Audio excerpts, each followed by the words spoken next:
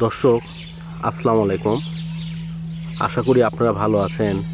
এই খেজুরগুলো দেখেন, দেখে মনে হচ্ছে একেবারে পেকে গেছে।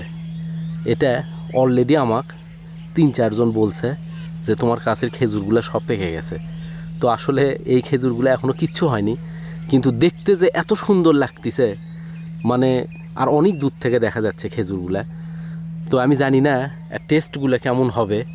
তো দিনকে দিন মানে লালের পরিমাণটা আরও বেড়ে যাচ্ছে। বাগানের আপনাদেরকে দেখাবো, কিছু খেজুর হলুদের মতো ভাব আসতেছে, কিছু কিছু লাল হয়েছে, আবার কিছু এটা লাল না, এটা ম্যাজেন্ডা টাইপ আর কি, ম্যাজেন্ডা কালার এটা আর কি, লাল বললে ভুল হবে।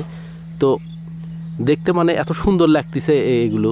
তো আমার তো এবার তো আমি এটা বেশি করতে পারিনি। আপনারা জানেন পোকার কারণে এবছর আমার প্রথম আসছিল, তো আমি খেজুরগুলো বেশি আর কি করতে পারিনি। তো এটাতে যদি বেশি ধরতো তাহলে যে এত সুন্দর লাগতো, আমি সেটা চিন্তা করতেছি। ইনশাল্লাহ আগামী বছর আমি চেষ্টা করব যাতে খেজুরের পরিমাণটা অনেক মানে বেশি এগুলোতে আটকানো যায়।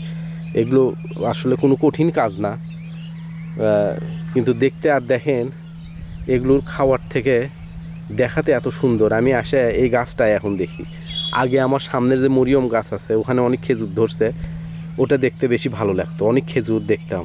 কিন্তু এখন এই লালটা বেশি সুন্দর হয়েছে। তো দেখেন সবাই,